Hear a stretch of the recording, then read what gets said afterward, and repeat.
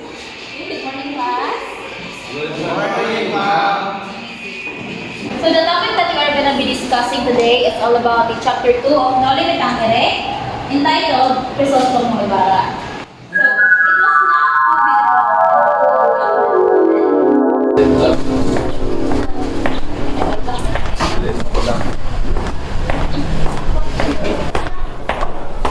A young man dressed in deep mourning came with Kapitan Tiago and caught the attention of all the guests who were at the feast, including the most beautiful and gracious Maria Clara. How are you? I'm good, Father. How are you, Father? I'm fine. How's your work? It's good to Good evening, gentlemen. Good evening, Padre. I would like to meet you, Don Crisostomo Ibarra, Oh, the son of my deceased friend. This young fella just arrived from Europe, and I went to meet him. What? Padre Damaso, the curate of my native town? My father's intimate friend? Every look in the room was directed towards the Franciscan who made no movement. Pardon me? Perhaps I'm mistaken. You're mistaken, but your father was never an intimate friend of mine. Ibarra slowly withdrew and turned into the dark corner. Young man, are you the son of Don Ibarra? Welcome back to your country, and may you be happy than your father was.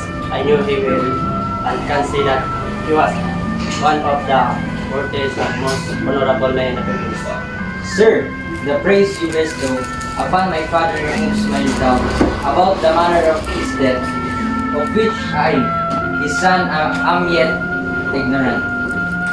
The eyes of the old soldier filled with tears, and turning away hastily, he withdrew. Crisostomo turned toward a group of men who introduced himself. Gentlemen, allow me to introduce myself. I have already paid my respects to the skies and the ladies of my native land. Now I wish to greet its citizens. My fellow countrymen, gentlemen, my name is Juan Crisostomo Ibarra y Magsalin. The others gave their names more or less obscure, then let Crisostomo sit in the table with them for a talk. Then I have the honor of addressing the poet whose words have done so much to keep my enthusiasm for the native land. It is said that you do not write anymore, but I could not learn the reason. The reason?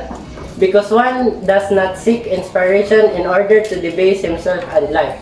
One writer has been in prison for having put a very obvious truth into verse. They may have called me a poet, but they shall call me a fool. And may I inquire what that truth was? The lion's son is also a lion. He came very near to being exiled for it. Replied the strange youth, moving away from the group. A man with a smiling face, dressed in the fashion of the natives of the country, with diamond studs in his shirt bosom, came at that moment, almost running. He went directly to Ibarra and grasped his hand, saying, Senor Ibarra, I've been eager to make your acquaintance. Captain Tiago is a friend of mine, and I know you're a respected father. And I am known as Kapitan Tinong, and I live in Tondo. You will always be welcome. I hope that you will be honored with a visit. Come and dine with us tomorrow. Thank you, but tomorrow morning I must leave for San Diego. How unfortunate. Then, it will be your return.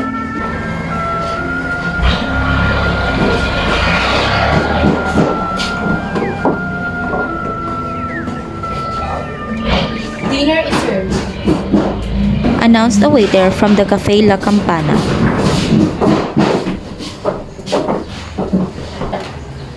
Gentlemen, please excuse my departure. I'm going to walk tomorrow, and there's a lot of sort out, gentlemen, for good of Spain and the Philippines. Cheers! Cheers!